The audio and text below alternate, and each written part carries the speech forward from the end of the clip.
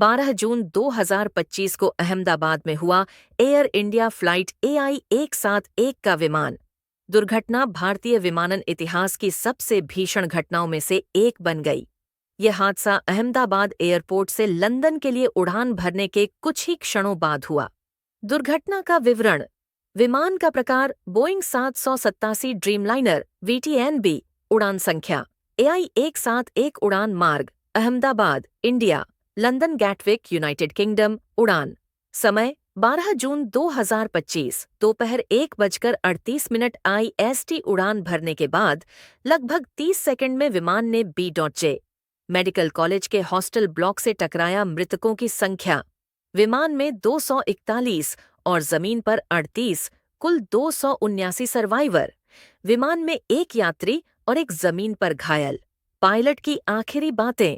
Pilot Sumit Sabharwal ने उड़ान भरने के कुछ ही क्षणों बाद एयर ट्रैफिक कंट्रोल ATC से कहा, नहीं बचेंगे, जो स्थिति की गंभीरता को दर्शाता है। प्रारंभिक जांच में इंजन फेल होने की संभावना जताई जा रही है, जिसके कारण विमान नियंत्रण से बाहर हो गया और दुर्घटना हुई। दल कैप्टन सुमित सभरवाल और फर्स्ट ऑफिसर क्लाइव कुंडार यात्री। विवरण। कुल 242 लोग, 230 यात्री और 12 चालक दल सदस्य, 159 भारतीय, 53 ब्रिटिश, 7 पुर्तगाली और 1 कनाडाई नागरिक। पूर्व गुजरात मुख्यमंत्री विजय रूपाणी भी सवार थे। ब्रिटिश नागरिकों में डॉ. प्रतीक जोशी और उनकी परिवार, ग्लॉस्टर से मानवाधिकार कार्यकर्ता अकील नानाबावा और हन्ना वोराजी और अन्य कई प्रतिष्ठित लोग शामिल थे।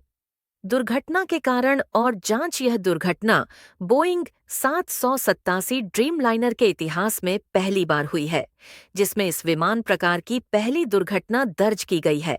भारत सरकार और विमानन प्राधिकरण ने दुर्घटना के कारणों की जांच शुरू कर दी है। एयर इंडिया ने अपनी बोइंग 787 ड्रीमलाइनर बेड़े की तत्काल सुरक्षा जांच शुरू की है। अंतर्राष्ट्रीय प्रतिक्रिया। ब्रिटिश प्रधानमंत्री की प्रतिक्रिया। कीयर स्टारमर ने इस दुर्घटना को विनाशकारी बताया और पीड़ितों के परिवारों के प्रति संवेदना व्यक्त की। रॉयल परिवार की श्रद्धांजलि।